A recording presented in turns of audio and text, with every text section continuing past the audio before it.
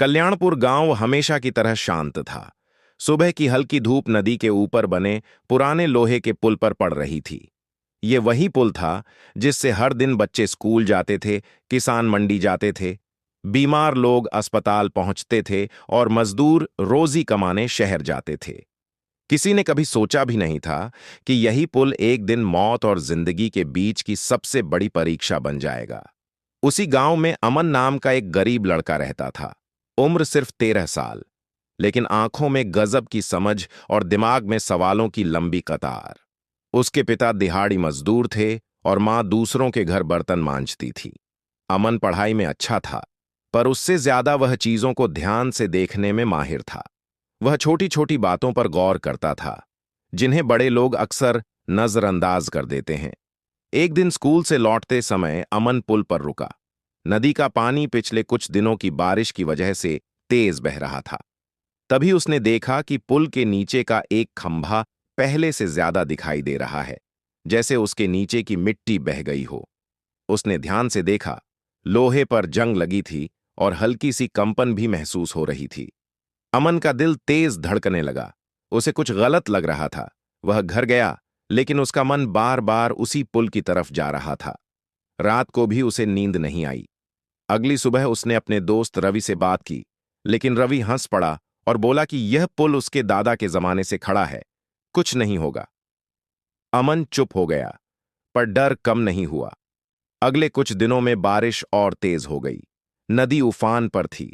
रात के सन्नाटे में पुल से अजीब सी आवाजें आने लगीं, जैसे लोहे के टुकड़े आपस में रगड़ खा रहे हों। अमन बाहर निकला, अंधेरे में पुल की तरफ देखा और उसका डर और बढ़ गया। उसने गांव के कुछ बड़ों को बताया, लेकिन सबने यही कहा कि बच्चा बेकार की बातें कर रहा है। किसी ने कहा पढ़ाई पर ध्यान दे, किसी ने कहा डर फैलाना बंद कर। सरपंच ने तो यहां तक कह दिया कि अगर फिर ऐसी बात की तो उसे डांट पड़ेगी।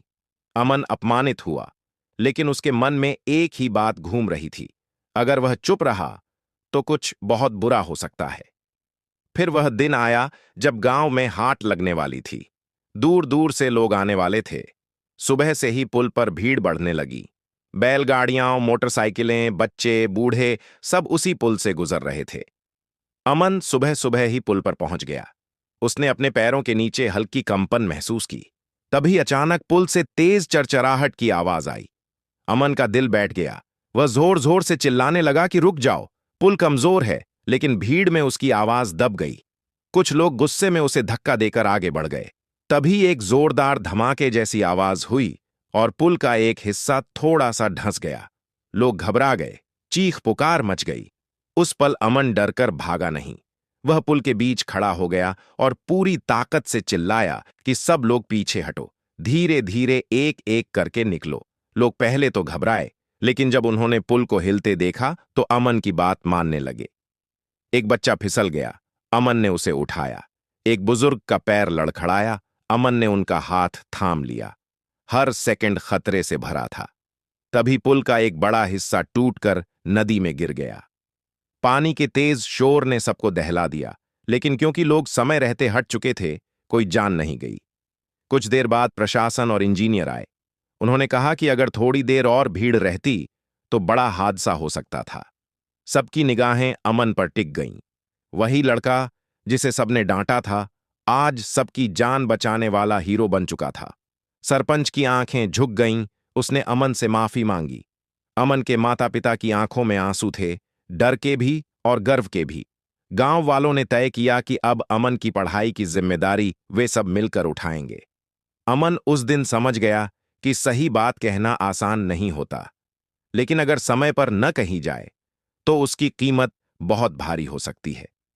उस पुराने पुल ने गांव को एक बड़ी सीख दी।